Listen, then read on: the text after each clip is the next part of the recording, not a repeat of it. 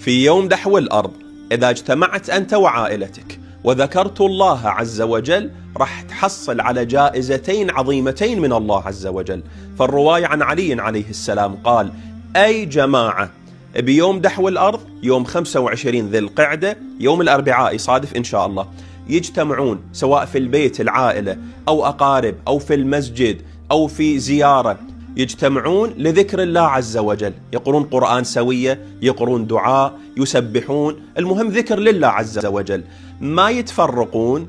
شنو الجائزتين؟ ما يتفرقون إلا: واحد بقضاء حوائجهم، اثنين بنزول رحمة، 1,000,000 رحمة تنزل بذاك اليوم، 99 جزء منها لمن ذكر الله عز وجل في يوم دحو الأرض. يا أحبائي، هاي نقدر بكل سهولة نطبقها ويا عائلتنا في المجالس، في المساجد، نجتمع لذكر الله عز وجل في يوم دحو الأرض، هذا اليوم العظيم